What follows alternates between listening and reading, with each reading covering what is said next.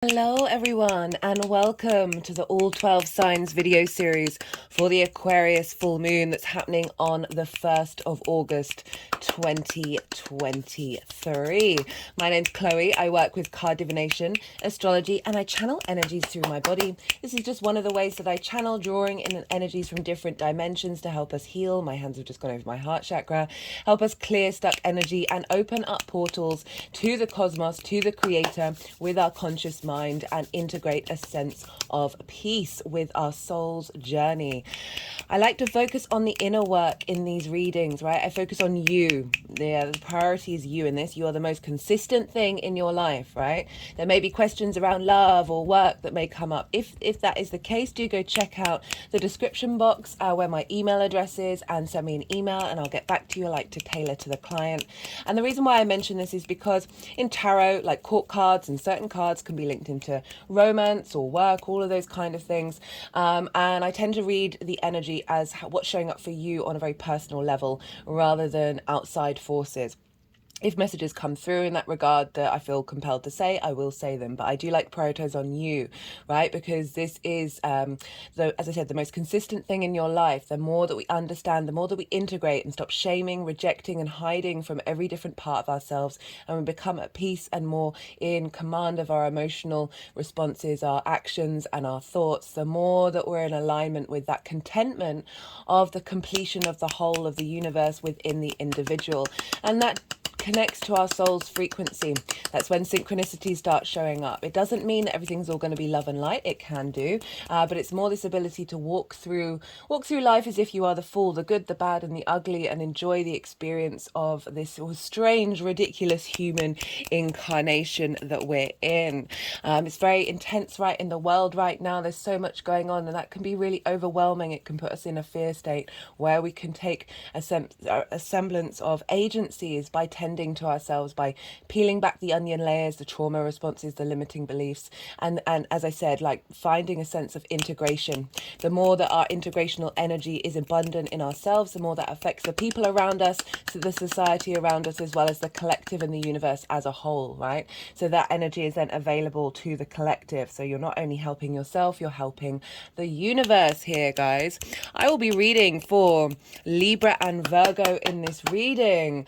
Do go check out the collective reading. That was beautiful. This is the first moon in Aquarius that we're having, with Saturn no longer being there. It's beautiful energy, right? Very sort of completion energy. We're dealing with a full moon, but not only that, but a completion of everything we've learned and the downloads that are integrating all of that into the next part of our journey. Right. Okay. So I am going to pull some cards for the cross-quarter festival of Lammas. So annoyingly, I forgot to mention this in the collective reading. This is happening the day of the full moon, this harvest moon that's happening. Big super moon, so very, very close to the earth. Do try and find a way of getting out and seeing it. It'll be a wonderful sight.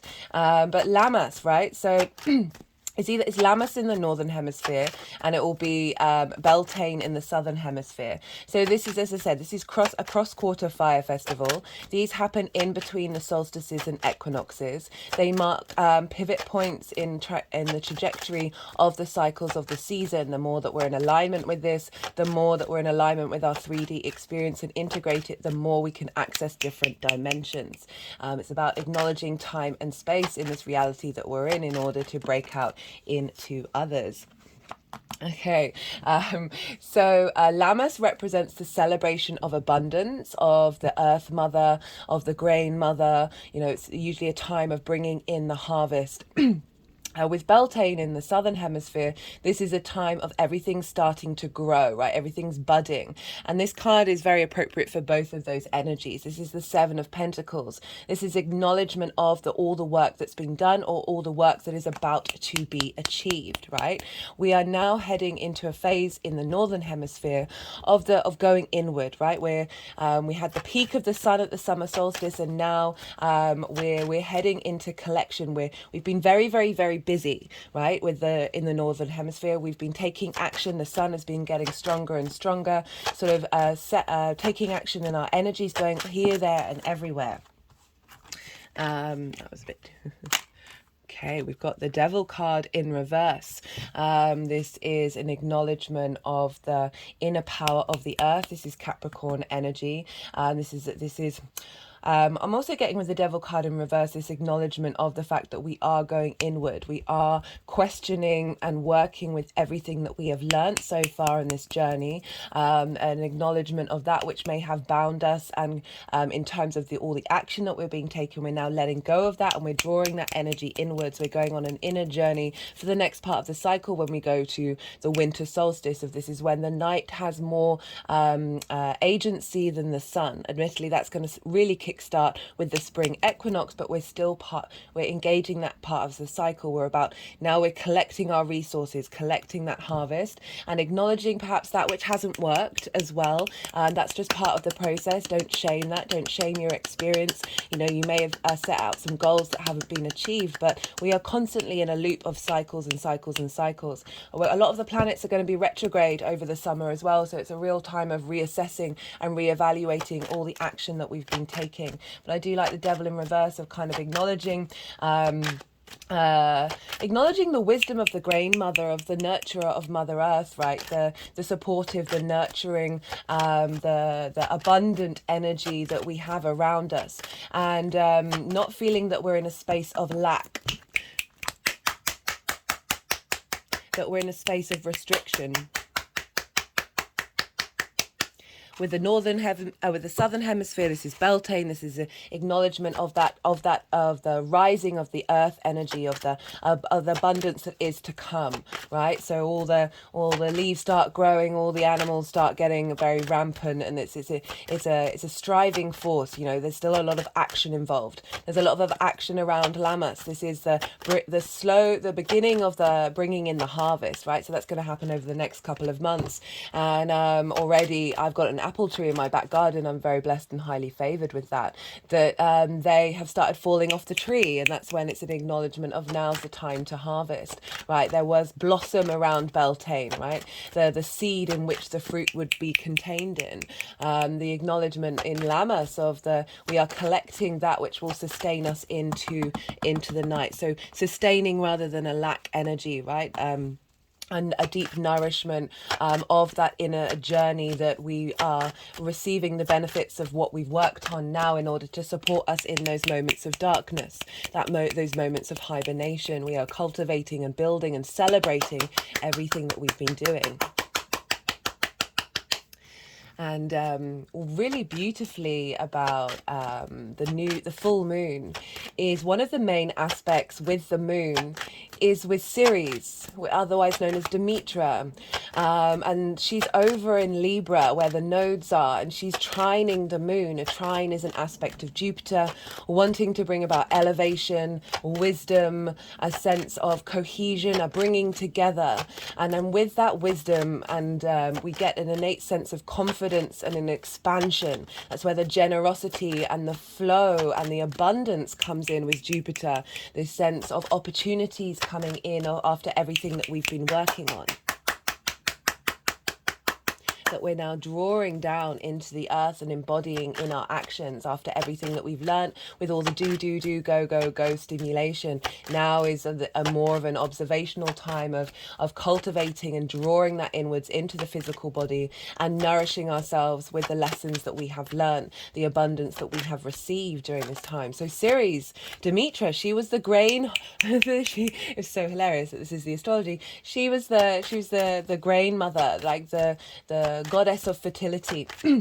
The goddess of the harvest, we have mythology around Demetra and Ceres, linked into Persephone and Pluto.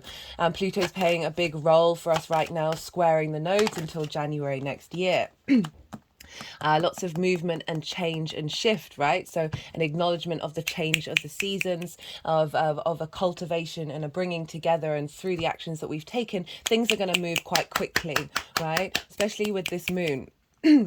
That's happening on the same day, which I talk about a lot in the collective reading, but I will bring up themes of that in this reading. Right, Ceres is a provider. But the mythology is right. So her daughter got married off by Zeus/Jupiter to Pluto without Ceres Demetra's knowledge, and her daughter disappeared into the underworld, and Ceres didn't know where she was.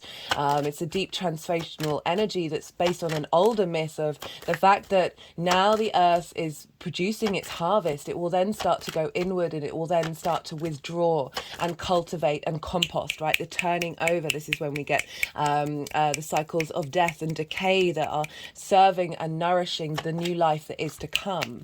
And so there's a real acknowledgement of that transition in our cycle. And the Greek mythology is just a representation of a loss of something that we brought into being. So the harvest, right? The birth, the culmination of the daughter.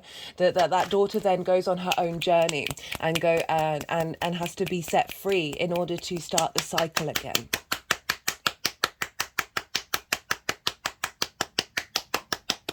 But it's also acknowledging with Persephone's journey into the underworld, and when this was happening, we're getting support from the cosmos. Things are coming into balance, right? This follows the Five of Pentacles, where we don't feel supported, we feel left out in the cold. That something is coming in with this energy that is helping us get to the next stage of being able to support ourselves, of being able to take. So very interesting. This is the Six of Pentacles, which follows the Seven, of sort of acknowledging that the support that we get with each season helps us then start to be able to be independent and cultivate our own energy. So it's an acknowledgement of the work that we've done, but there's always still work to do, and that's in the best possible way, right? That the Six of Pentacles is support that's rebalancing and helping us give the nourishment that we need in order to to go into the next part of the cycle and build on everything that we've been learning.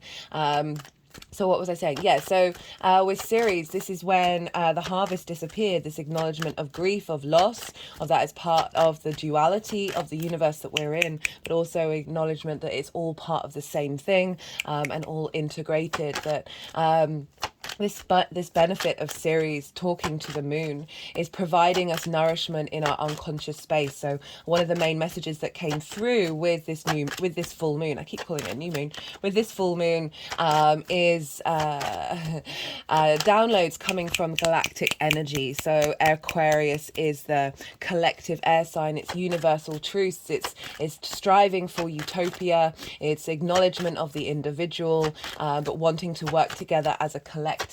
And Ceres over in Libra is helping us find balance with our social dynamic, right? Balance coming in, providing support that we can flow with grace and ease and right wrongs in our lives, and acknowledge distortions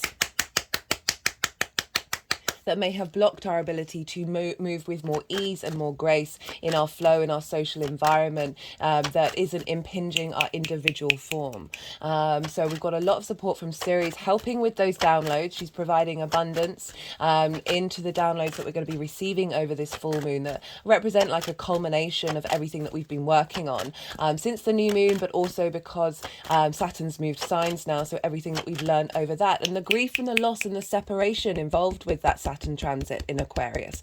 Then now we're at peace with it. We're finding clarity and understanding, and finding the wisdom of everything that we've gone through, and the lessons that we've learned, and the soul contracts, and the opening up of the integration of all that we have been and all that we ever could be. And that Ceres energy is very nurturing and very nourishing. A perfect celebration for us on this day of Lammas. One of the main messages that came through when I'd forgotten about Lammas altogether, because that's sometimes what happens to my brain, is joy and celebration, is tapping into frequencies, listening to the music, being around the music that you love, frequencies that you love that, bear in mind, personal to you, right? So I never like to give definitive suggestions, because your intuition and your resonance is going to be very, very personal. And the more that you tap into that, because you have signed up to be separate from the cosmos, you have signed up to be separate from the creator energy, as well as embodying it fully, that it's through this individual expression that you are able to enjoy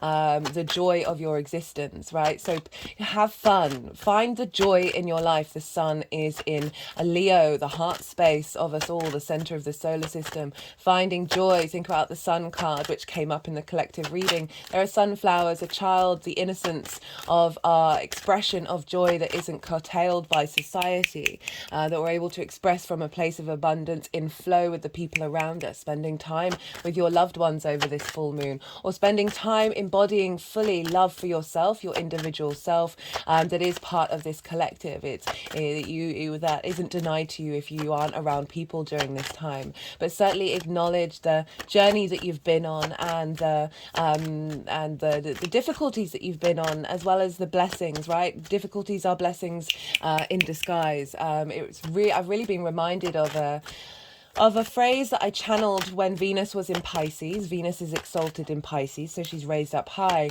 is that every moment is truly divine. The good, the bad, and the ugly, the more that we're at peace with this connection, and that we are the all, right? So every experience we are embodying completely, that this can be a difficult thing to work with, especially when you've got difficult things going on in your life, going through grief, going through separation, going through disappointment, that things may not be working out the way that they are. The moment you sort of tap in and acknowledge those emotions without denying them. Ceres didn't deny her grief, but she changed and moved on, and she was able to explore her own journey. Ceres, Demetra, earth goddesses were very prevalent, and sort of the more dominant energy in terms of religion and connection to spirit before we had the sort of patriarchal system come along. Both are relevant, both hold a place. It's not about dismissing either or judging either, but she certainly was relegated during the Greco-Roman period, and this is due to migration of tribes and herdsmen who need to move about the land, right? So it's acknowledging movement and settling, acknowledging the paradoxes that we play in this human species, and not separating ourselves from either experience. So being in flow and also feeling complete at the same time. So yeah, Lammas is a great time of celebration. This is when you're acknowledging the bounty around you. There's still work to be done, but still celebrating everything that you've achieved with that Seven of Pentacles, of putting the dedication in whatever area of your life this manifests, or the whole of it. Feeling very complete at this time with this full moon in Aquarius. There's a lightness, there's a flow. Aquarius for me is very much linked into frequencies, as it is the collective air sign, right? That which travels very quickly, that which moves very quickly, that there's going to be such a resurgence in our understanding of frequencies in the next 20 to 30 years, or probably even sooner, with that Pluto ingress. That this full moon is really acknowledging the support that we have, and the inspiration and wisdom that we can have around both lack and abundance, because we are holding space for the fact that we are moving into an energy of lack. For the southern hemisphere, you've just come from the winter period and you're heading into spring, so acknowledging those cycles, and as I said, realizing that they are all part of a whole, and we not separating ourselves from one or the other, that we need this time of going more inward and more reflecting. We're drawing in our energy, we're celebrating the energy that we've put out in the world, and then drawing it back within us as if it's all coming home. That's why those downloads that I feel that are coming for us all collectively are just an acknowledgement of our soul's journey. Just every, the fact that what was I saying? The ability to have a higher perspective of what's happening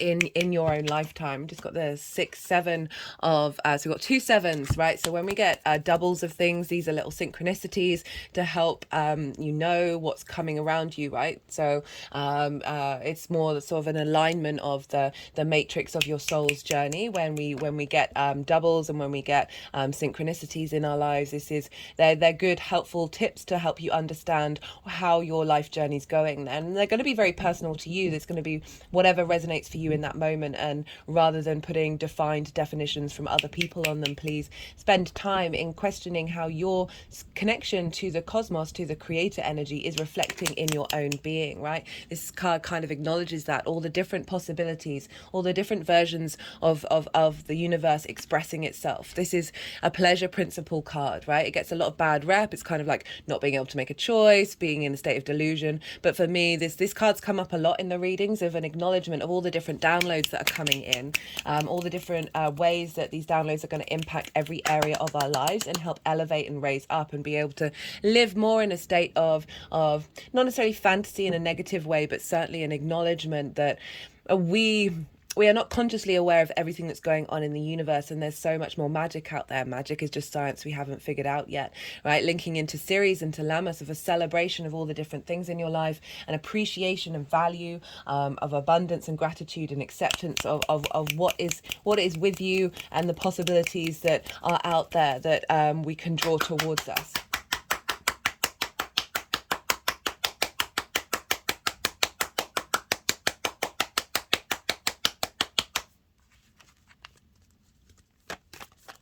Yeah, so overall, this moon has felt very, very lovely, and very invigorating. Spend time nourishing balance in your life, with Ceres being there. She's, as I said, accepting the good, the bad, and the ugly. It's not about you can have preferences, but it's not about limiting the acknowledgement of being at peace with everything that's happened to you. Just got the Eight of Swords in reverse. So the Eight of Swords upright is being stuck in a cage of your own making. This is acknowledgement that everything is an illusion. Everything is Maya. That we have the capacity to break out of those cages. And I love that this is coming up in reverse, because this is swords. This is the Aquarian energy, mental energy. That this moon and Ceres is helping also in Libra, which is also a fellow air sign, are helping release those blockages, helping release the limitations that we have around us, that we have always been free from.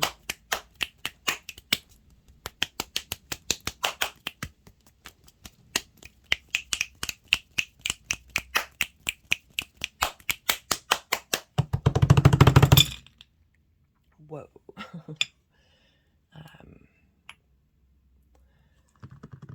Okay, so the energies enjoyed that one. That was quite an intense energy coming through.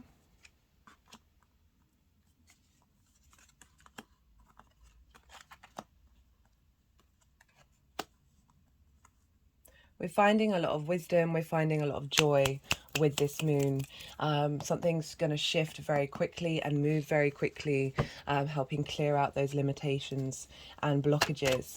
And we are able to rebalance ourselves by acknowledging when we are out of balance. We are still in balance, hold space for paradoxes, but they're just generally very much a sense of support. Remember, this is a trine. We're getting abundance coming in the mental sphere. The blockages around our ability to feel free and at flow and be able to move within in and out of situations regardless of what's going on, and being able to find the joy and the wonderment of what's going on, right? The universe is poetry in motion, the good, the bad, and the ugly. So often things happen to us that if you try to pitch that to a studio for a film, they would say no one's going to believe that. Life is stranger than fiction. Whoa. So the deck just completely spilled out, and these were the two that have come up along. And I cut the deck earlier, and this card came up, the Eight of Pentacles. This is whistle while you work. Enjoy the process of refinement. Enjoy the process of yourself, the individual in this 3D realm. We've got the Fool, this acknowledgement of being at peace with the good, the bad, and the ugly. Look how wide open the heart is. Like the chest is so forward, the heart he's leading with his heart.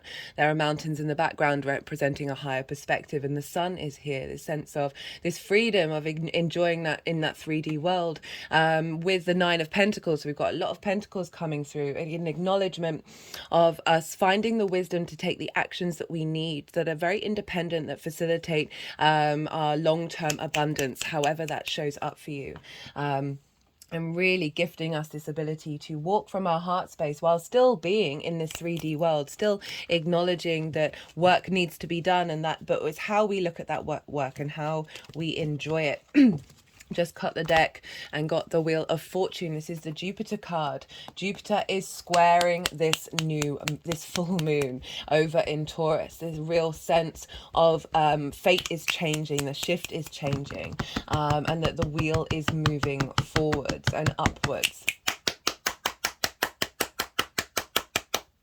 So enjoy, light a fire if you're safe with fire over this full moon. Spend time sitting in the moon. Do whatever you feel called to do. Don't listen to me. Do what you want to do on this full moon. Lean into your instincts, lean into the downloads. I would just spend time either in silence or with music. Connect to frequencies. Listen to people who you really resonate with, right? Really draw in that higher energy. Even if you're not doing any of these things, it's still going to show up. It's still going to be very powerful. This is a big super moon. It's very close to the earth, so that understanding of our deep, higher unconscious mind, right? The full moon, the light of the sun being shone on Aquarius, the collective higher mind energy, very galactic energy, is the star card, and the sun is shining the light on that unconscious space. Where are our needs being met? Where have we met our needs? Where do we want our needs to be met in the future,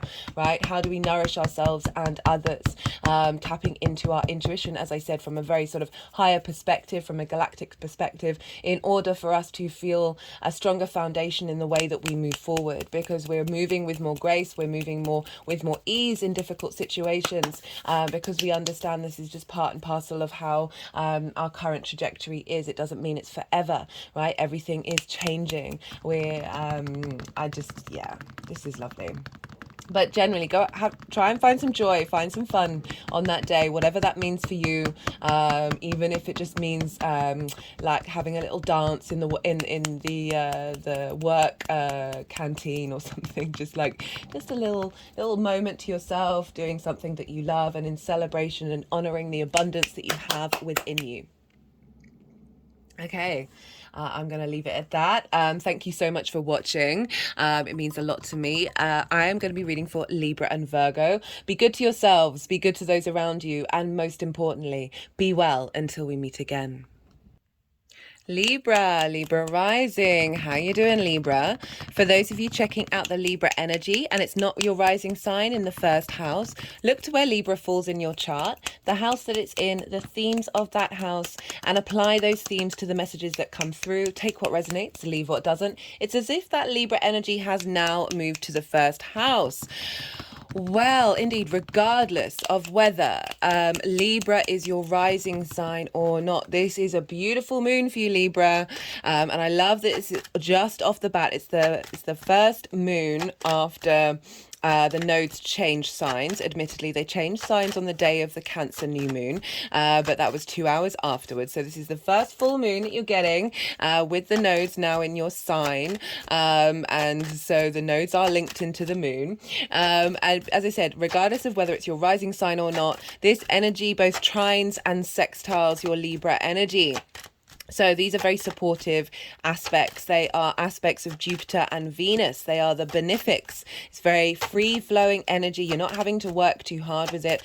And it's just generally just a really nice feeling moon for you, Libra. Right, so Libra rising.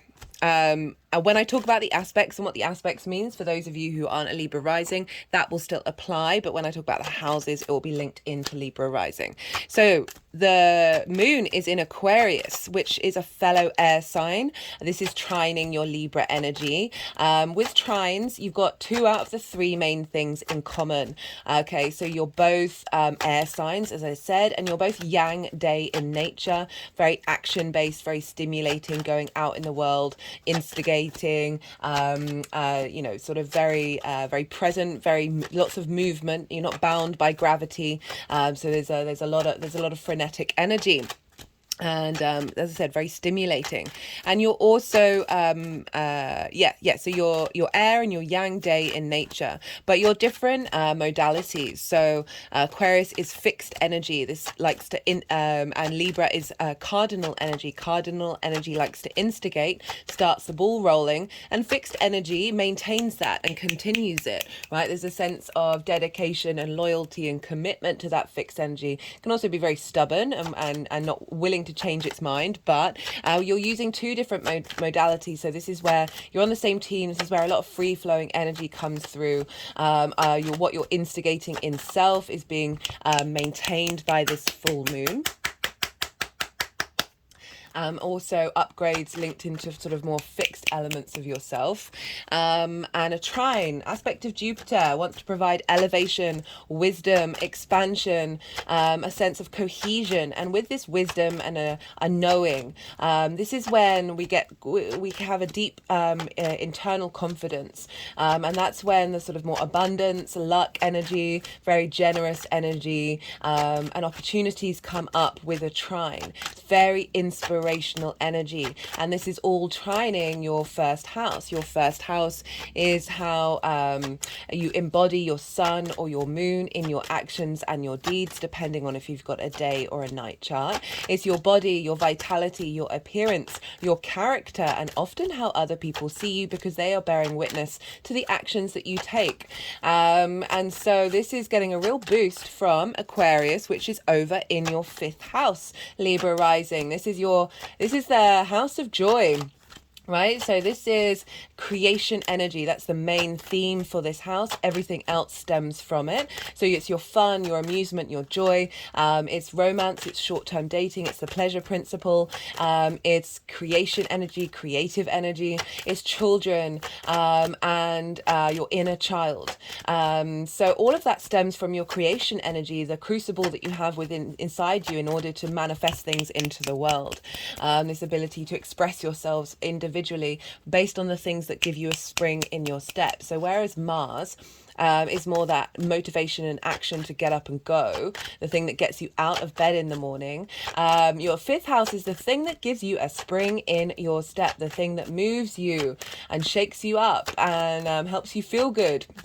And this creative energy doesn't just have to be linked into the arts, it doesn't have to be painting or music. It's anything that you do that, as I said, that brings you joy, that gives you a sense of completion and a lightness.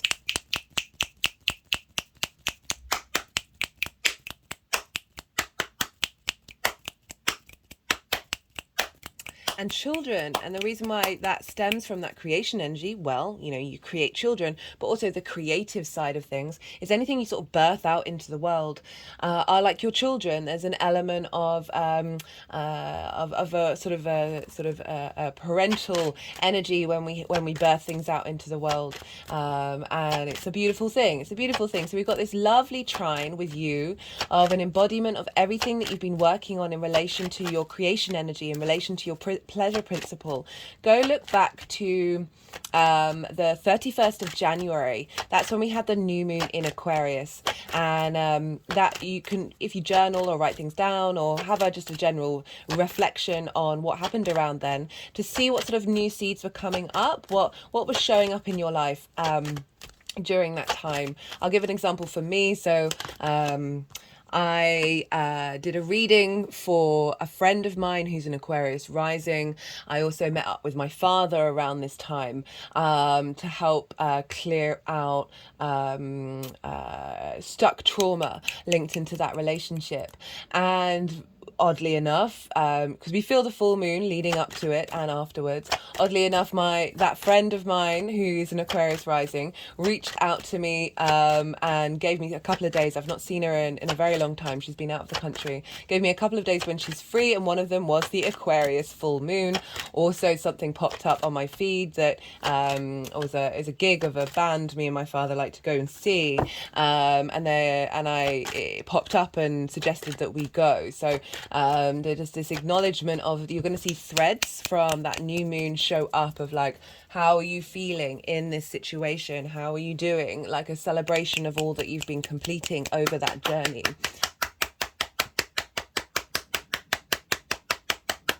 And so this is going to be linked into your creation energy. How have you been looking at what it is that brings you joy? Like in a nutshell, it's all the other variations. It can be linked into romance and your pleasure principle, as well as that pure energy of your creation, of like, what are you bringing into the world? There may be a completion of that, a completion of a cycle, an acknowledgement and a praise of what it is that you've been working on, whether that's with yourself or with the people around you seeing it.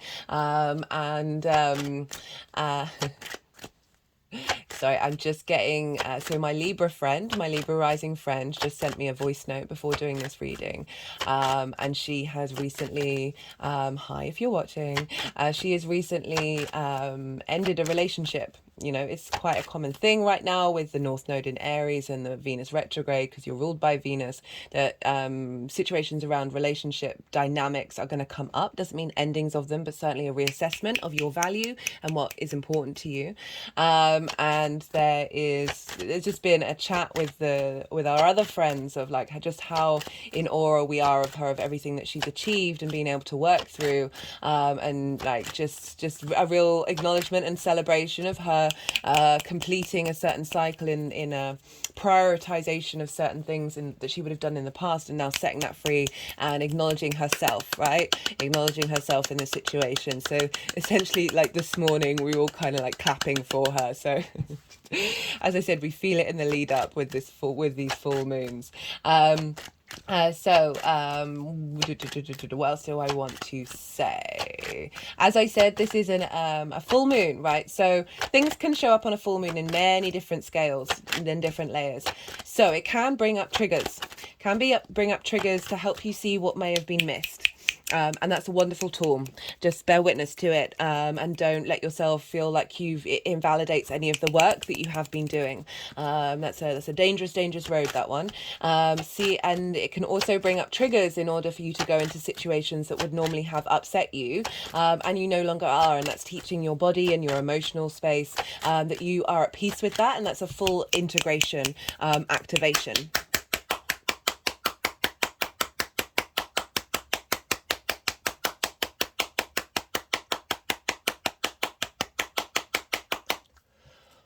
Had some energetic releases with that one. So you may get triggered, people around you may get triggered, just out and about in the world may get triggered, because our unconscious space is really loud during full moons, and so any unmet needs, any unmet issues and trauma responses and limiting beliefs tend to show up around the full moon in order to give clarity, the vision, right? The light of the sun is on the full moon, right? So a real sense of vision from our heart space, healing our heart with this Venus retrograde as well, which I will talk about. If you've not seen that video series, do check it out.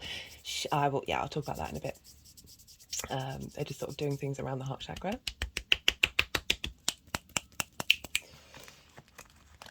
But also, as I said, a completion and a celebration and a sort of a reward energy come in with this full moon, especially with the fact that it's Lammas, and that we're celebrating all the work that we've done, and starting to bring in the harvest and bring in the bounty and enjoy that, rather than feel separated from the acknowledgement of our really, rather than feeling separate from our ability to acknowledge what we've done, right? This isn't this moon. This is not what this moon is about.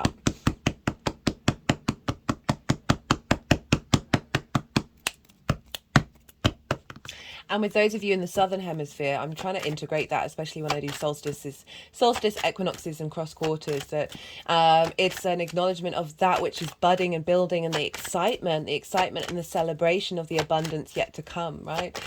Within each cycle of the harvest, we bring an element of the previous part of the cycle into the next. This is a continuation rather than an intense separation. So that's the trine. So feeling inspired and abundant in your creation energy, feeling good about what brings you joy in your life. Maybe you've been working out and figuring that out, and it's all sort of manifesting. If things haven't worked out in the way that you would like to, do not beat yourself up for that. It's all helping on to the next part of the cycle, and we may have had to have gone through a certain journey in order to really, truly refine what's going on internally, about what it is that you want to embody in in your house of joy, right? Sometimes that can take a little while. It's the house of the inner child as well, tending to your inner child, playing with your inner child at this time, allowing your inner child to be heard and to be seen. And that can take a while, that can take a long process. And so do never beat yourself up for the journey that you're on, and do not compare yourself to other people, and try and find some joy during this full moon. I don't think it's going to be hard. I think it's going to be super it's a lovely moon. It's a lovely moon. Right, so where's the sun? The sun is over in Leo. This is, regardless of whether Libra is your rising sign, this is sextile your Libra energy. Sextile is an aspect of Venus, right? So she wants to provide creativity, appreciation, value, harmony, connection, love. And so you've both got something in common. You are yang day in nature. Again, what I said about the Aquarius energy, very sort of fast moving energy, ease and flow of being able to engage with the world, but you've got two things that are uncommon. So you've got your baseline nature in common with one another, so you get along, you understand one another, it's easy to share information. But your different elements, one's fire, one's air, one's fixed, and one's cardinal. So again, we're shifting dynamics in fixed energy that are going to help us maintain a longer term trajectory. This is all going to be feeding into the new moon in Aquarius, all the work that we do over the next part of the season, starting on that new cycle again. So this is where the brainstorming comes in, because you're coming at things from different spaces, but you do have an inherent thing in common, so you're able to understand the nature of the other. And so there's just an ease, there's a fun, there's a playfulness with this. It's Venus. She wants you to feel good in this 3D experience. And this is for you, Libra rising. This is in your 11th house of hopes and dreams. This is the house of good spirits. So we've got a lunation happening in the house of joy, the 5th house, and the sun over in the house of good spirits. So this is why I feel like this is a lovely energy that is very supportive and very uplifting.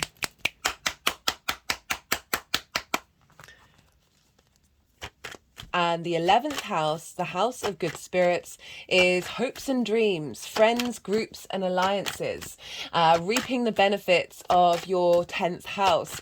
I'm just chuckling because, right, so wherever the sun is shining a light on the moon. Okay, so often over where the sun is will be where that recognition comes from of what the journey that you've been on, right? So the sun is, I was thinking about the example of my friend, right, Libra rising.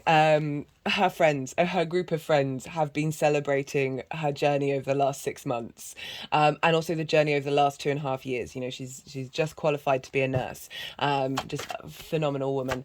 So it could show up if, like, you know, your friends, you might not know about it, but your friends might be celebrating you. Groups that you're in might be celebrating you. You might find yourself spending time with these groups. Engaging with them, and then through that you're able to understand the completion of the journey that you've been on. But let's go to hopes and dreams, because my friend has also shifted her hopes and dreams. She's not going to mind that I'm talking her about her like this, and that she's been reevaluating those and making sure they're in alignment. We've got Venus there retrograding. She's retrograde right now. Collectively, this Venus transit, right? So Venus retrogrades the least out of everybody. So when she does, she packs a punch. She's also one of the personal planets. She's a very powerful, love is one of the most powerful energies in the universe, right? So we've got this retrograde. As I said, do go check out that series.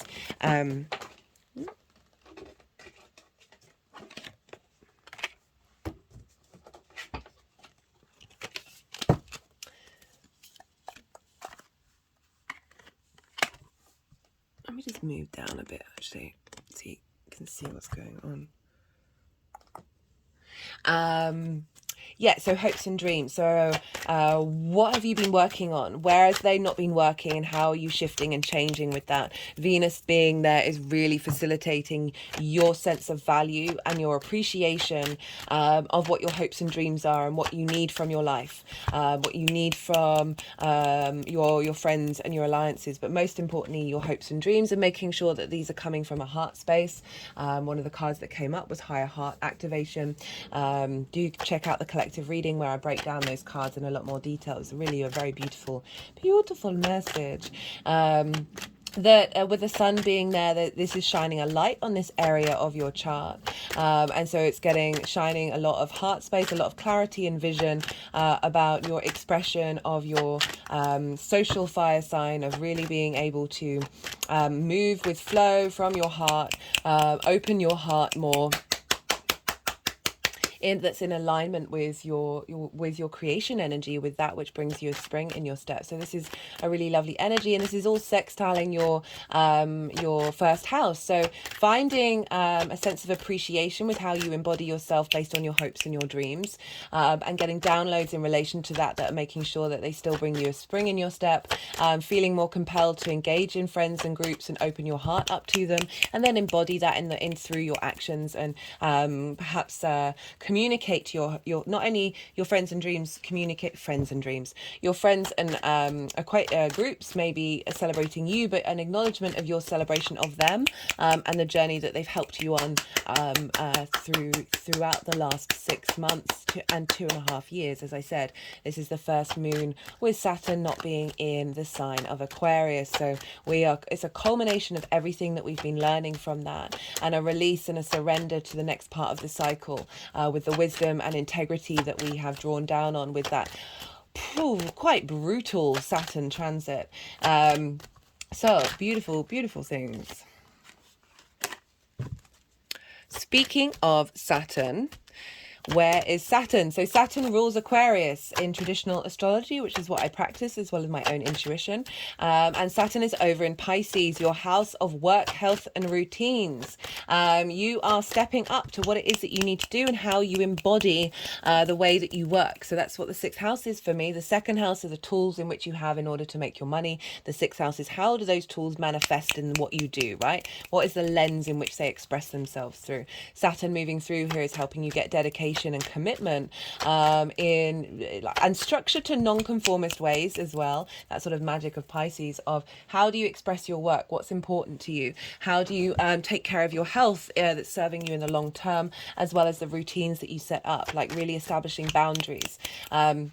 And so with this completion of the journey of Saturn moving through Aquarius, and now Saturn being in Pisces, is like everything that you've learned about what it is that you need that brings you joy, you can then apply it to your work, your health and routines. So there's that combination of energy of being able to embody through your work. Work's not a bad thing, it's just how we look at it. That in through your work, I mean, some jobs are horrendous and they shouldn't be there, but aside from that, let's not go too deep into that one.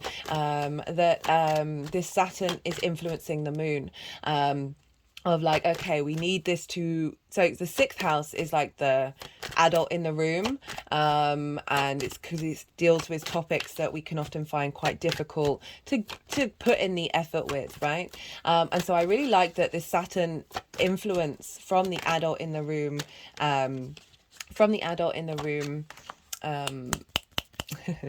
house is feeding into your joy house, feeding into your creation house, of you finding that momentum, that spring in your step to be able to implement these things that are serving your hopes and your dreams and the way that you move forward.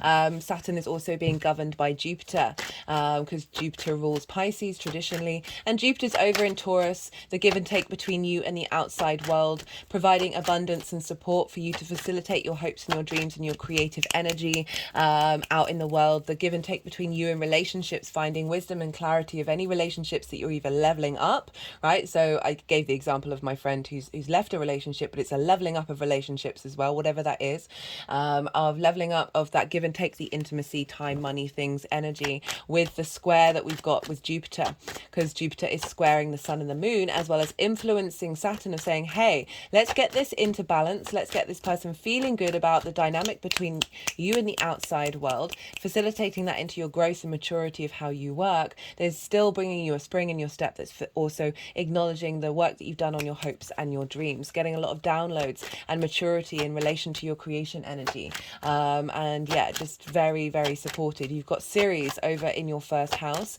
of finding nourishment in yourself and your embodiment of yourself. I really like that Ceres is there with the South Node. and instigating the beginning of this journey with the eclipses that you're going to have in your first and your seventh house. Do check out the nodal series. I just finished that one. That was really intense because we're dealing with eclipses, but I'm really enjoying this energy for you. But let's go back to Jupiter, because Jupiter's in Taurus, which is ruled by Venus, and you are ruled by Venus. So this influence, Jupiter's being influenced by Venus, which is influencing Saturn, which is influencing the moon, and she's retrograde over in your 11th house of helping you revisit of what's important to you in terms of your hopes and your dreams, making sure you're in alignment with your heart space that values you and appreciates you as well as those around you.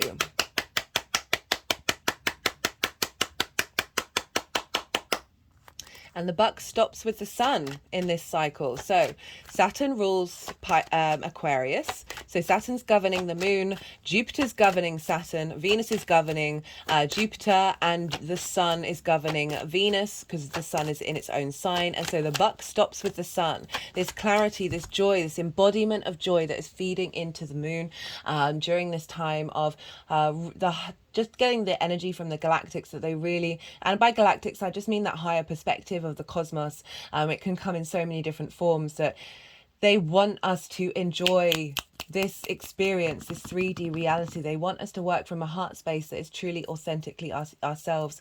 At some point I'm going to do a video on Benford's law, and this is a mathematical phenomenon that happens in the universe that essentially highlights when we're not in alignment with our heart, we sort of distort the fabric of reality, and it breaks Benford's law.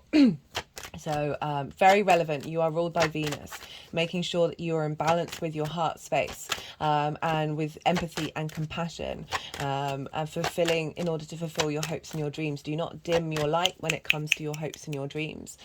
Shine brightly, Libra. Okay, I think that's everything that I wanted to say.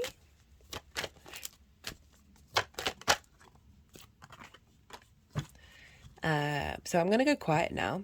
So you've had the yang day side of the video. You've had the extrovert, the go, go, go, the stimulation, the fast-paced energy. And we need both that action, that daytime, as well as the night where we rest and we digest.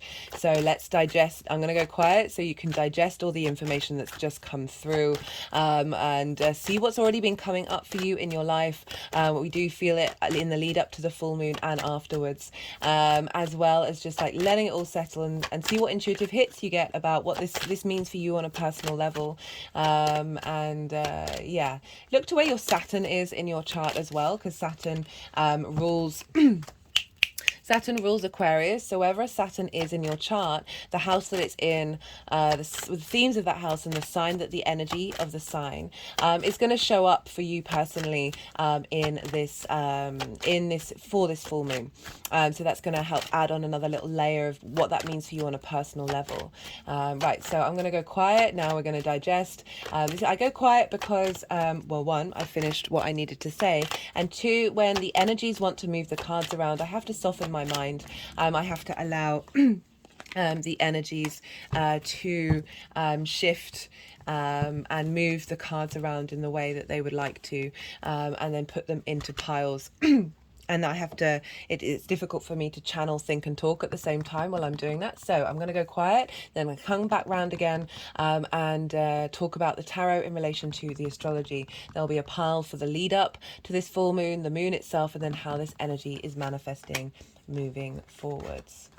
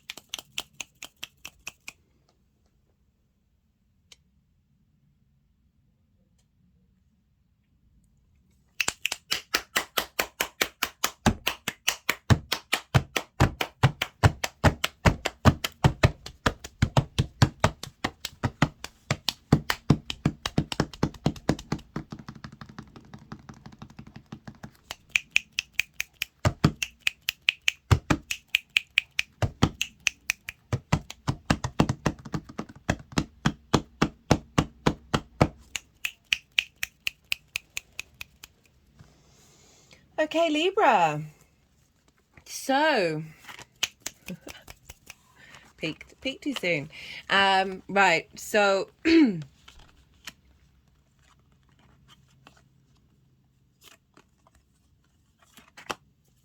we've got for the energy leading up to this full moon.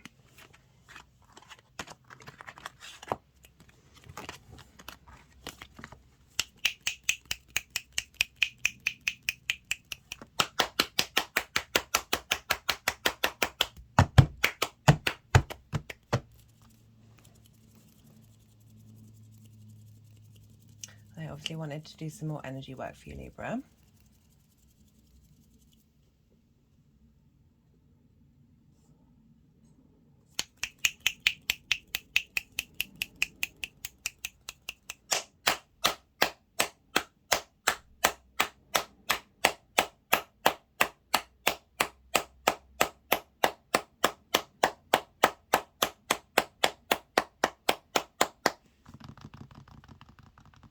So I don't know if you can see, but they wanted to take the energy of this image and put it into the cards, acknowledging your infinite creative potential.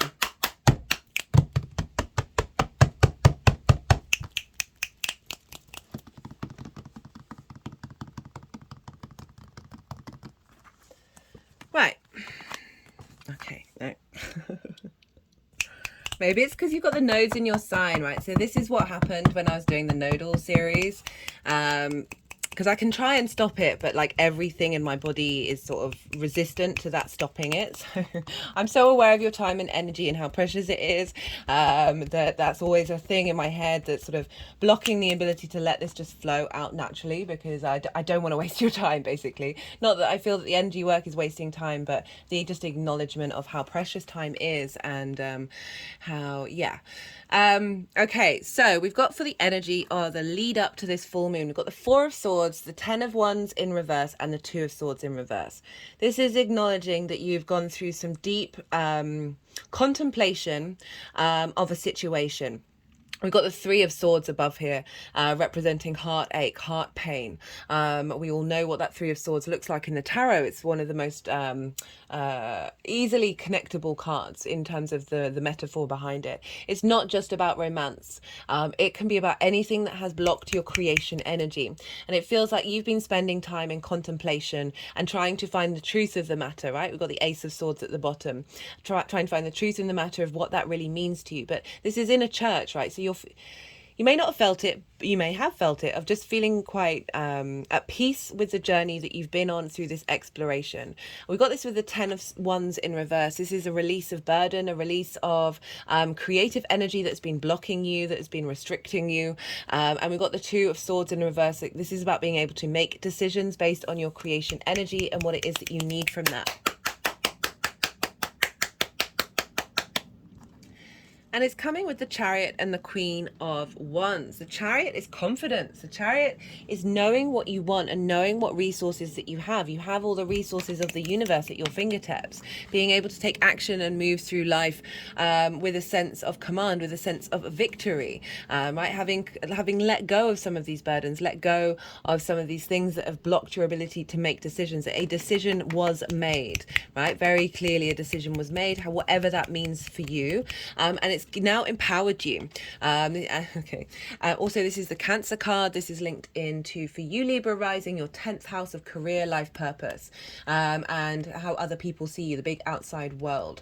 I've been saying for your readings for a while that unless the relationships that you're in aren't in alignment with your life purpose, aren't in alignment with your career, whatever that looks like, that you're not getting the support that you need, that this is a time to reevaluate that and shift and change it and empower yourself to be able to focus on yourself, especially with that South Node moving into Libra.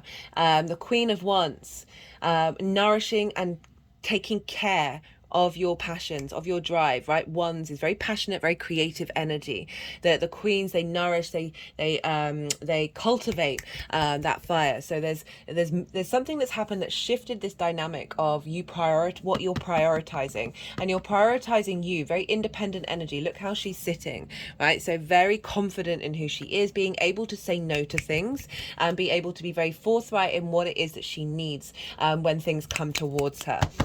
So really saying that you've been doing the work, you've been spending time being mindful of what this all means to you, what this journey that you've been on since Saturn left that sign. Like, you know, a lot would have potentially have happened. I know collectively for everybody, it really was definitely a thing. Now that's helped you release burdens, because you now know what's integral to you, when it's what's important to you from a place of integrity. And that's freed up the indecision of perhaps pleasing other people over yourself, and making that decision to create movement in your life, create change in your life that is facilitating the strength and power of the Queen of Wands. For the moon itself, we've got the Page of Swords and the Ace of Pentacles. So the Page of Swords, pages, they are the youngest court card. They have just got a hold of this energy of the sword, of that mental clarity of the Ace of Swords, and they're so excited by it. There's such a freshness to the Page of Swords, to the pages. Like, it's kind of like you're starting a new beginning. It's heralding in messages. What I'm getting with this one, so this is clarity of mind, downloads coming in from your past and your future and your present. So the page looks back but is moving forward. So it's an acknowledgement of a decision that you've made, of a shift that's happened in your life, that you're now moving forwards into the Ace of Pentacles, right? This is a renewal in the 3D realm. This is bringing in the higher 5D energy with the 3D existence. This is the new Earth card for me, about going through the portal where the mountains are, where you're able to move through life based on a higher perspective that is nourishing and facilitating your 3D experience. But this is very much messages coming through, downloads coming through, whether you're conscious of them or not, that is facilitating an understanding of the past, an openness to the future, and a contentment in the present. And with the sword court cards, they've always got birds, and the page has loads, like got a flock. It's like a flock of downloads, a flock of messages coming in from past lives, past ancestors, future lives, future ancestors. How does that work? Just everything all at once, guys.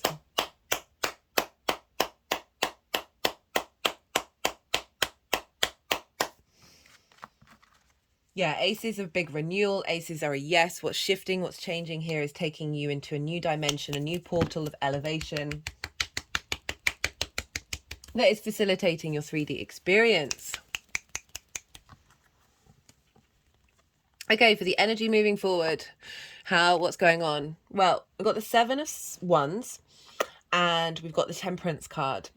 Now, the Seven of Wands, this person has something of value. They're standing above everybody else. There's an acknowledgement that what they have is separate to everybody else and has deep value.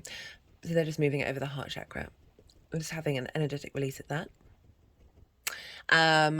But if you look at the face, very unsteady. They don't seem to realize that they are an embodiment of the universe. They've got different shoes on. Nothing wrong with wearing two different shoes, but it's more that acknowledgement that, say you're wearing a boot that's got a heel and a different shape, and then you've got a flat on, that you're going to be a little unsteady in the way that you walk, right? You're not quite sure of the reality around you. As also this figure is fighting off the other ones, of feeling like they're in competition, feeling like they're having to fight for their spot.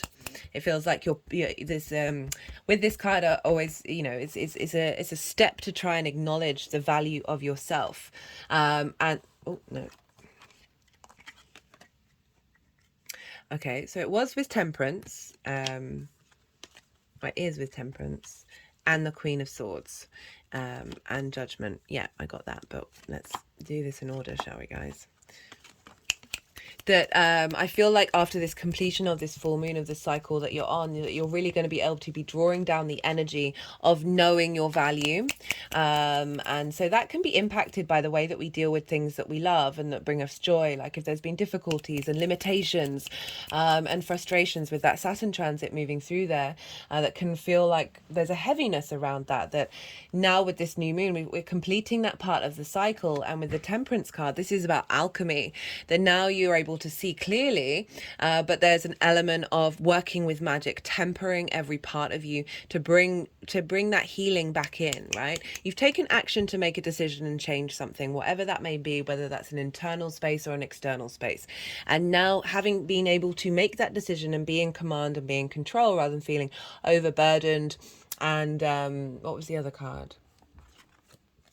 Overburdened and unable to make decisions, that now with this new understanding of who you are, you're refining it, right? You're able to bring that higher self in, the angel, into the earth. If you notice, the foot is in the water, this acknowledgement of this connection to our emotional body. So this is, if you see here, the water is going up into the cup. This is implying magic, right? Alchemy. You're tempering every part of who you are and you're bringing it all into alignment. And there's a real sense of a celebration, an acknowledgement of you and what it is that you have to offer the world, and who you are, and really refining that and bringing a sense of abundance into that what you have on offer in order to create, right? That Ceres trine is really facilitating downloads coming in, right, that are opening you up to magic, opening you up. Magic is just science we haven't figured out yet. I mean, physicists don't know half of what's going on in the universe, so let's not always agree with what they say.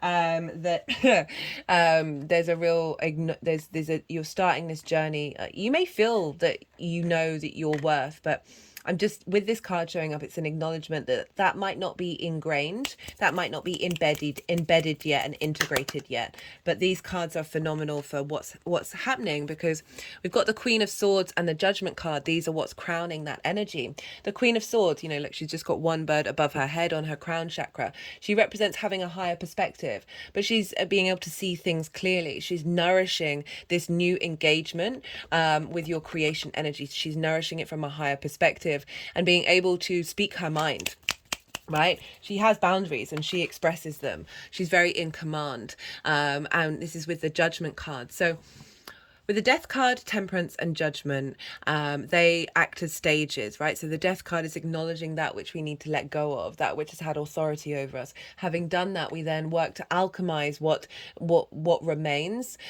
in order to integrate that energy of releasing that authority. And the Judgment is having done the alchemy, that this is when we ascend. This is when every single part of you rises up into sort of a higher mind, again, mountains, a lot more long-term thinking, but also still acknowledging that pleasure principle. There's no getting around it, that creative energy. It's not about disconnecting from it, but it's an acknowledging that some work has needed to be done in order to see things clearly and then be able to commit to yourself, to the way that you express yourself. You know, the Queen of Swords, she's not that bothered by what other people think. She's very forthright in what she says, that with that Libra South Node and the Libra energy, is sometimes we can people please and we can prioritize other people by sacrificing ourselves. And there's definitely feels like there's a shift in energy with this, and across the board with the Libra South Node. But ascension's coming through, of you really being able to celebrate. And you see here, we've got music, this acknowledgement of frequencies, that your frequency has shifted and changed. In the next part of the cycle, it has changed already. It is implying that there is an element of cultivation that's going to be for all of us. You know, this is the next part of the cycle collectively, that there's an embodiment of understanding that you have a value, and that you don't have to fight in order to achieve your hopes and your dreams. You don't have to fight to be seen in groups and alliances. You don't have to fight for the ability to express your joy and receive joy in return. So it's just wanting to go in reverse, acknowledging that is going to be the shift and change that happens. Okay, I'm going to pull some clarification cards for you, Libra. Let's see what wants to come through. Manifestation. Yeah, so big energy coming through that's helping facilitate your understanding of what it is that you want to manifest on this higher level. Yeah, really being able to break away from the weight that you've just gone through, and put this into practice and start alchemizing and transforming yourself and your being and your hopes and your dreams. Remember, Venus, your ruler, one of your rulers, is over in Leo doing a big revamp for the next 8-year cycle, to help facilitate that. Right, let's see what that was. The numerology deck. This is the First Light Tarot. Let's see what message wants to come through for Libra. Well-being awareness. Yeah, prioritizing you, Libra. And that's not in a selfish way. That's not in a diminishing way to the people around you. We have the capacity of doing both. The thing is, sometimes we sacrifice one over the other. Like, this is a journey of being able to cultivate your own well-being, and through that, your creative energy and the joy that you find in your life, and awareness and a knowing of what works for you, and being able to draw a line in the sand when it's not. Okay, Libra, I really hope you enjoyed that reading. That was a lot of fun.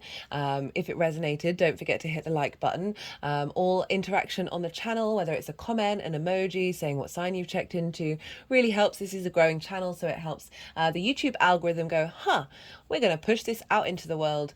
So if you want to pay it forward, that's a wonderful thing that you can do. On a personal note, I love to hear about what's showing up for you on the astro weather, what sort of things you're going to do over the full moon, and I will get back to you. It's one of my favorite things. Be good to yourself, Libra. Be good to those around you, and most importantly, be well until we meet again. Virgo rising. How you doing, Virgo? For those of you just tapping into the Virgo energy and it's not in your first house, your rising sign, look to where Virgo falls in your natal chart, the house that it's in, the themes of that house, and apply those themes to the messages that come through. It's as if that Virgo energy with those themes have now moved to the first house. In general, regardless of whether this is your rising sign or not, this lunation is, so we've got the moon in your 6th house. Sorry, I won't say the house yet. So Aquarius and Virgo in conjunct one another. This is when they don't have any of the 3 traditional commonalities with one another. So Virgo, you are mutable earth and you are yin night in nature. Aquarius is fixed air and it's yang day in nature. Inconjuncts, this is called an inconjunct, they can be difficult because there isn't that like ease, that sort of like, I understand what you're saying, like without having to say too much. This can lead to a bit of crossed wires, a bit of frustration, a bit of like, things grinding your gears with it. I love inconjuncts though, because once you kind of realize, these are 2 very different energies working together, and of course it might be a bit difficult to start off with, but once you sort of acknowledge the wonder and beauty of the fact that these are 2 different energies and they're able to come up with different ways of working that are outside of the lines, right? So it's not just the ease and the free-flowing energy. This is where the maverick energy comes through. This is where we're able to break neural pathways and come up with unique ways of experiencing this 3D environment. So it can be a little bit frustrating, this energy, but do bear that in mind and just sit and be like, well, okay, how does my Virgo energy and my Aquarius energy work together? How do we get that into alignment, of being able to use those higher perspectives and figure out what those small details are and allow flow from understanding from a higher perspective with those details, of being able to heal deeply within yourself. Okay, the sun is over in Leo, which is next door to you, and this is called inverted. So again, this doesn't have a traditional aspect in the way that they communicate with one another.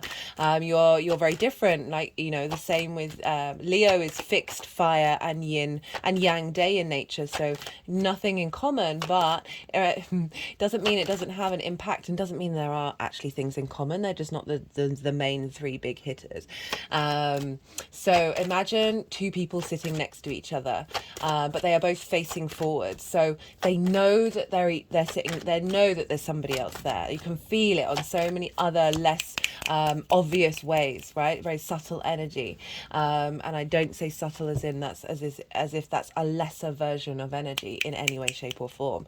But you don't have that direct line of sight, that clarity of being able to see that person, but you can feel it, you can sense it, you know stuff's going on. And you have Leo over in, so that's the inverted and the inconjunct. There's a lot of magic that comes through with this. I just did your Virgo reading for the North Node and South Node transit because that's the same. For you, that's the inverted and the inconjunct. Do check that out if you haven't seen it already. They were quite wild readings. They were very intense, dealing with eclipses.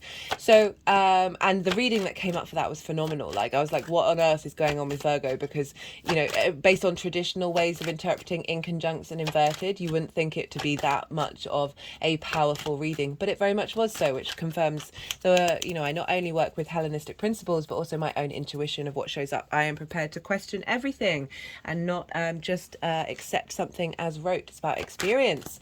Right, so for Virgo rising, you have this moon in your 6th house of work, health and routines. This is the adult in the room of the chart. It can be a bit difficult because of that inversion, that we just struggle to get up and go and do these things. However, this full moon is the first moon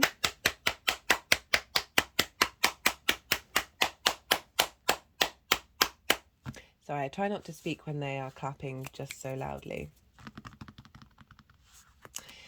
This full moon is the first moon in Aquarius since Saturn has left. So we've all collectively gone through a lot with that Saturn being in its own sign.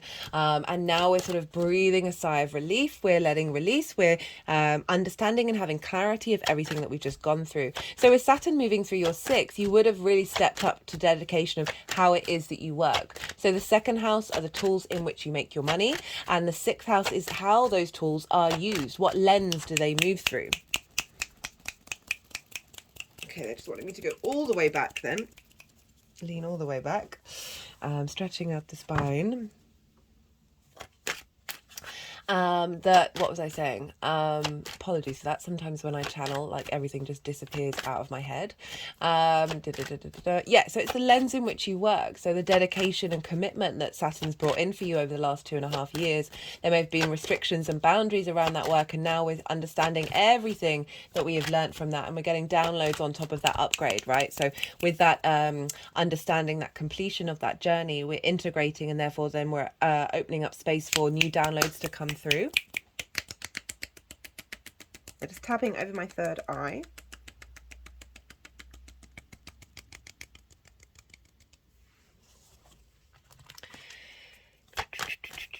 So this is a culmination of perhaps a project that you've been working on since the end of January 2023, when we had the new moon in Aquarius.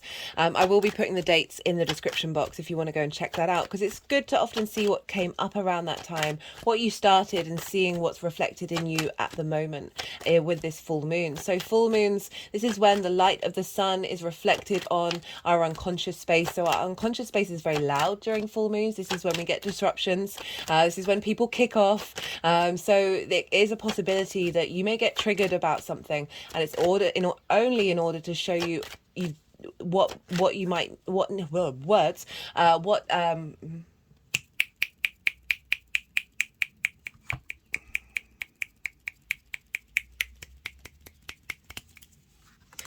it's only in order to show you what you might have missed, right? It's helping illuminate something.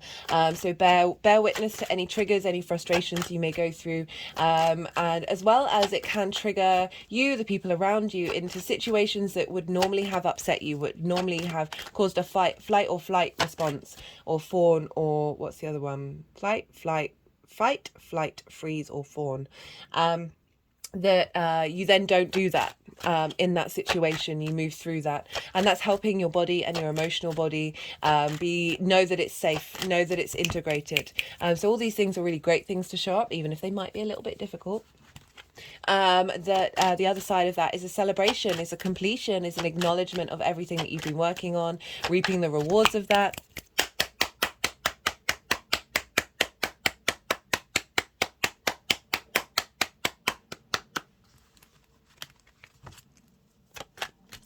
Really great moon in general. It just feels very happy. The main messages from the collective reading was have fun, listen to music, tap into frequencies and vibrations that bring you joy, as well as a deep celebration. So, you know, I talked about in the introduction with Lammas, this is very appropriate. We are celebrating the fruits of our labor.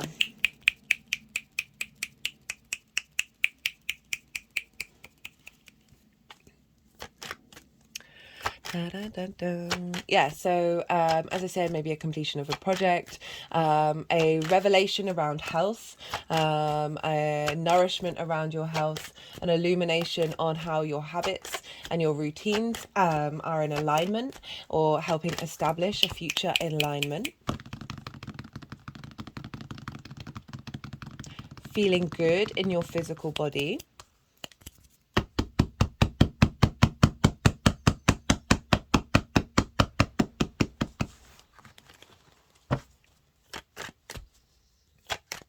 So Leo, where the sun is over in your 12th house.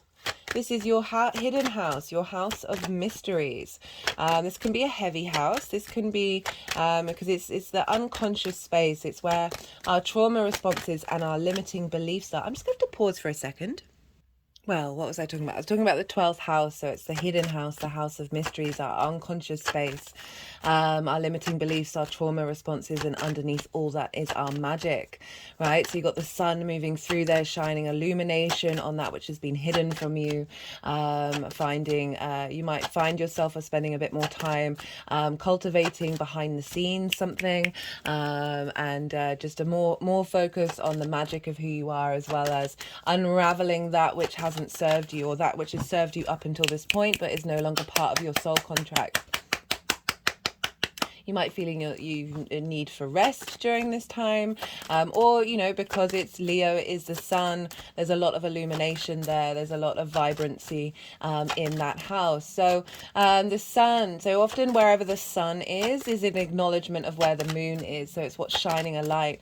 So it might be just feeling very confident in your inner space, feeling good about what you've been achieving, what you've been working on, and helping those triggers be aware of, you know, their time has been served and now it's time for a new dynamic.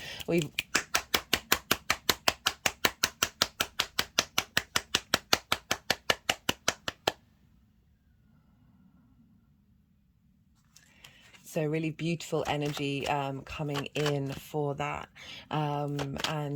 So what else might show up? Just a deeper understanding of any sort of mental anxiety that you have and making peace with that, and helping complete a cycle where those things may have blocked your ability to work, as well as I said, accentuating the magic that you have underneath all of that within your deep recesses of your unconscious mind coming to light and being revealed, that you understand the power that you have in order to commit to your work, commit to looking after your health, and commit to the routines that you've been establishing.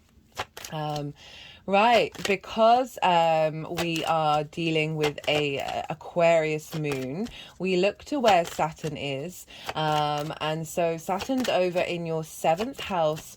This is opposing your Virgo energy, your 7th house of one-to-one relationships. This is intimate relationships. This is the other.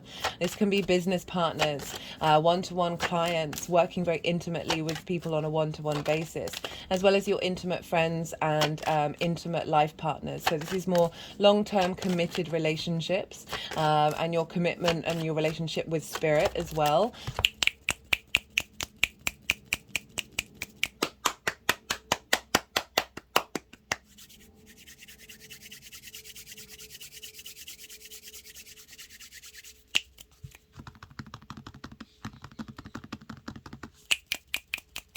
So just wanting to do some work with the decks.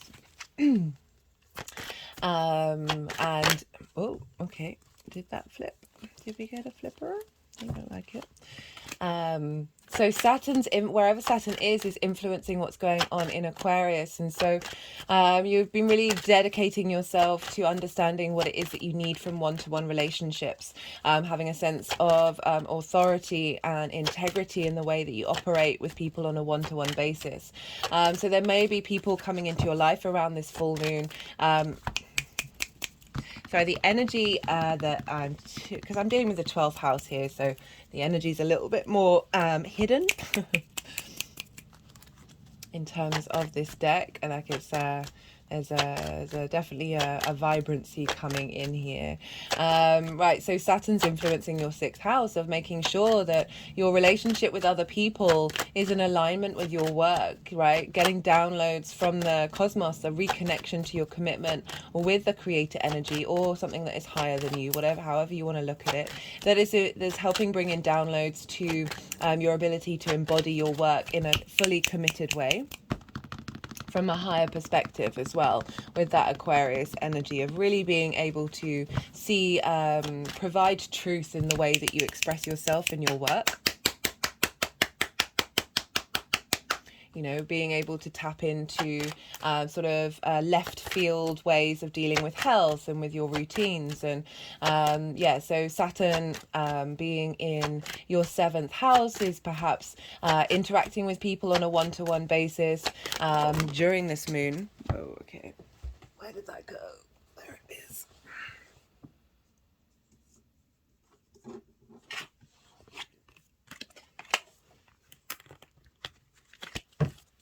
An acknowledgement of that which is no longer serving you. If you haven't seen the Saturn transit video, I do recommend it. It is opposing your Virgo energy. It's not as intense as we've just had with that Saturn transit in Aquarius in its own sign. It might just help you, give you a bit more understanding of what Saturn's agenda is during this next 2.5 years. So, love that. Right. So Saturn is being ruled by Jupiter at the moment, being in the sign of Pisces, and Jupiter's making a hard aspect to this sun and the moon. It's squaring it over in Taurus. And so this is trining your Virgo energy. So you're getting a lot of support from Jupiter during this full moon. And Jupiter wants to provide elevation, wisdom, and support. It's in your 9th house of your big picture philosophies and how you see yourself in the world. And that is impacting what's going on with Saturn, of making sure that those relationships, those dynamics are bringing in more in alignment with the way that you see yourself, with more confidence, helping provide perspective about what it is that you need from your life. Maybe you're spending more time in the way that you work, understanding what relationship dynamics are about, and that level of intimacy.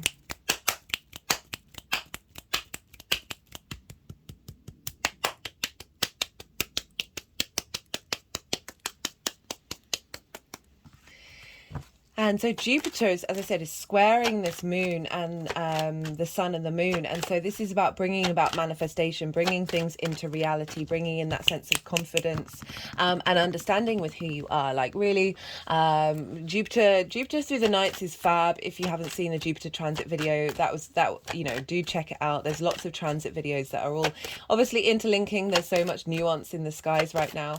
And so you're getting this boost, this extension, expansion of who you are in the world, and that is feeding into bringing that into your work and bringing that into your unconscious space of finding deep confidence with that which is hidden from you, and that which is going to be revealed.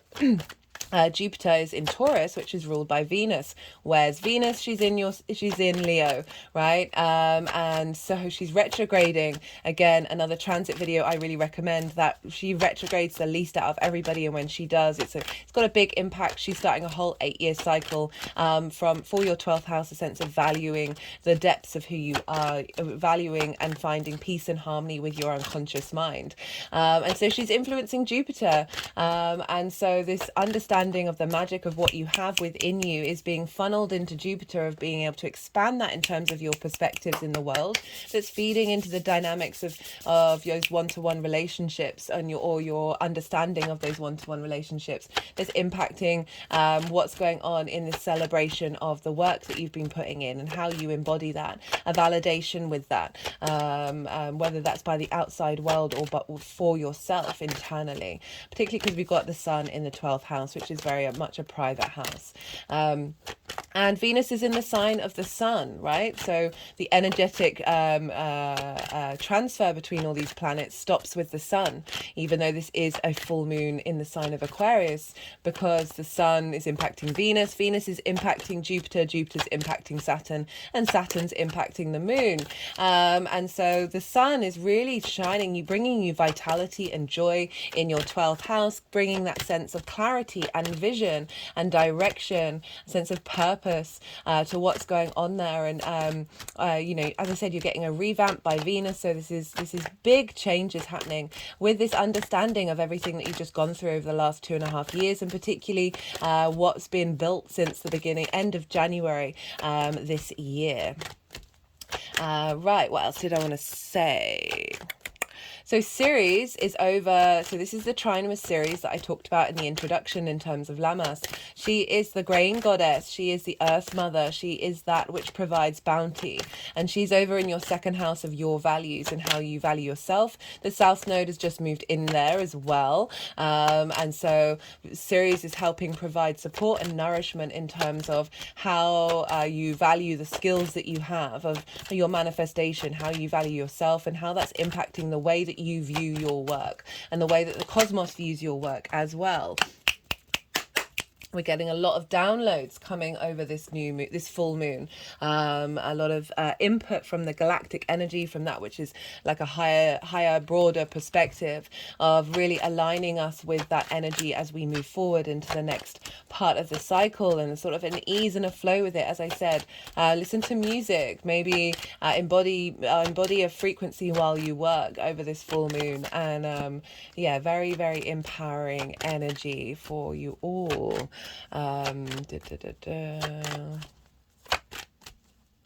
I'm just thinking of the other trine with Vesta. So I didn't mention that in the introduction, but I did in the collective reading if you haven't seen it. Vesta is tending to your devotional space, and she currently is in your 10th house of your career and your life purpose. So you've got a lot of devotion happening in your career that's feeding into the way that you embody your work, with the nourishment of understanding the tools that you have and getting a great sense of abundance and being able to use those tools in dedication to your life purpose that is fulfilling the way that you express yourself in your work, with a sense of completion and celebration. Look to where your Saturn is in your chart if you want an understanding of a more sort of intimate, personal reflection on how this is showing up. Because wherever Saturn is, the house that it's in, the sign that it's in, the themes of that house, the energy in which that sign expresses itself will be showing up around this full moon. We feel it in the lead up and we feel it afterwards. So it's just going to add a nuance onto this reading to help you see what may be popping up. So themes around that house will be influencing what's going on with the Aquarius full moon, as well as the transiting Saturn itself. So yeah, that can help you understand. That's kind of everything that I wanted to say. So the cards have been quite resistant with this reading. Sometimes that happens. It just is what it is. So I'm going to keep shuffling because I haven't put the deck down. I'm pulling cards for 3 different piles. The first pile is sort of the lead up to this full moon. The pile 2 is the energy of this moon itself, and then the third and final pile is how this energy is manifesting moving forward. So you've just had the Yang Day side of it. We're dealing with Yang Day energy with this full moon. So there's it's very stimulating. They're not bound by gravity. They want to move around. It's very extroverted energy. So that, whoa. Love this deck. Very slippy. Very slippy. You've just had the sort of Yang Day side of the reading where it's all go, go, go, go, go. You just had lots of information.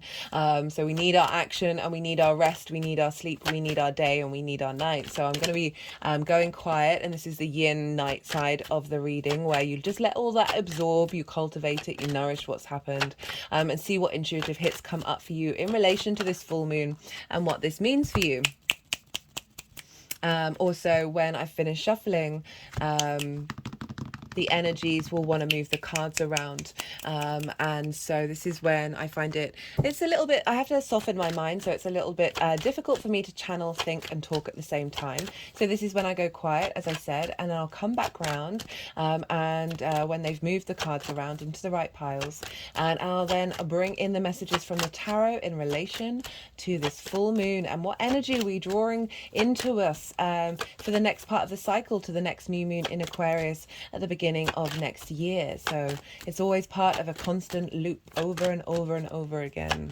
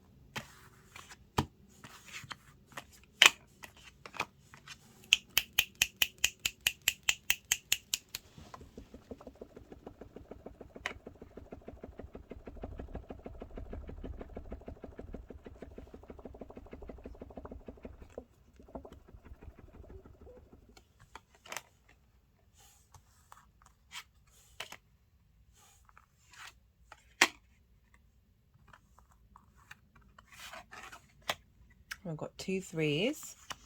Whenever we get doubles, whenever we get synchronicities like that, it's an acknowledgement of the co-creation of the energy that's coming through and the support that we're getting from the universe.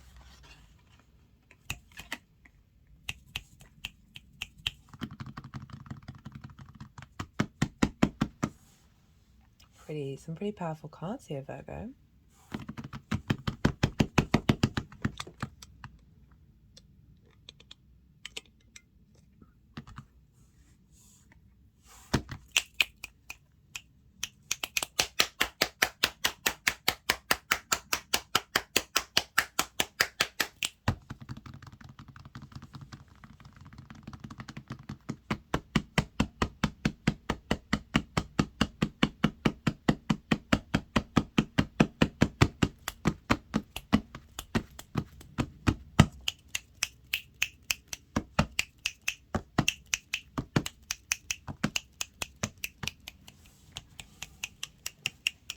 Okay, they've just put the cards over my heart chakra.